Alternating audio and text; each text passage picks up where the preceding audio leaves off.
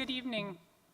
My name is Kelley Waldron. I'm the head of school at St. Andrew's School. I am also the mother of two wonderful and beautiful children who are the biggest part of my life, and they are 8 and 9 years old and students at our school.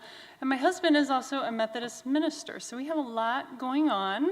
And I was honored to be able to come and participate in this alongside people with such distinguished careers as my colleagues over there, and felt a little bit humbled by the experience. And the first thing that popped in my mind is the questions. They give us 5 questions that you have in your program to think about is balance even achievable? Is it achievable, or is it just something else that we add to our to-do list by which we measure our success?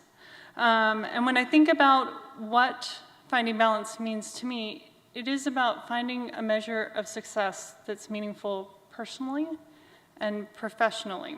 So I'm just going to share with you some of those things that guide how I measure my success. And it's a personal measure of success.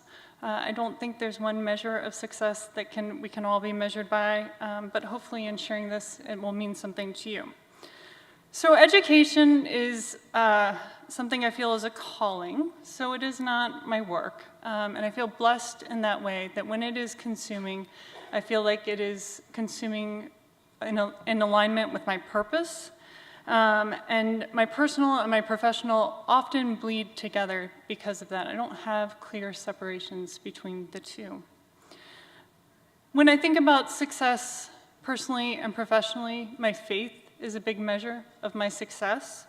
And John Wesley has a maxim to do all the good you can in all the ways you can and all the times you can and all the places you can by all the means you can.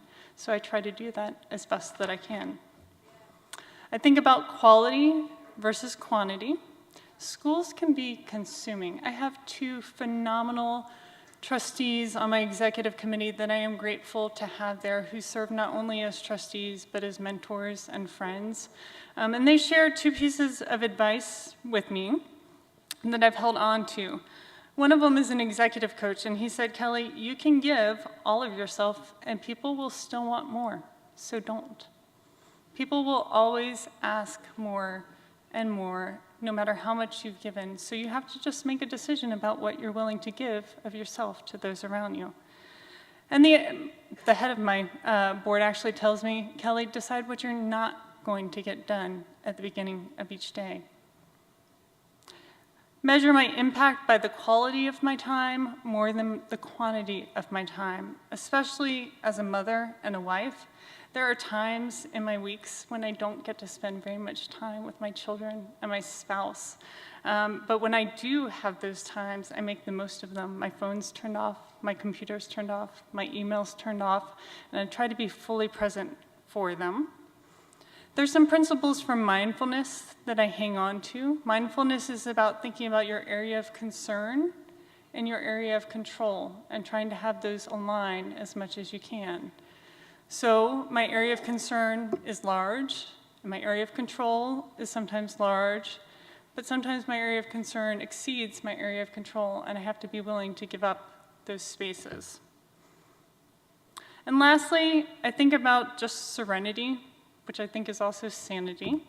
And so I use my time to change the things that I can, and I try not to worry about the things that I don't. And I try to cultivate wisdom through mentors and friends and faith to know the difference between those. Thank you.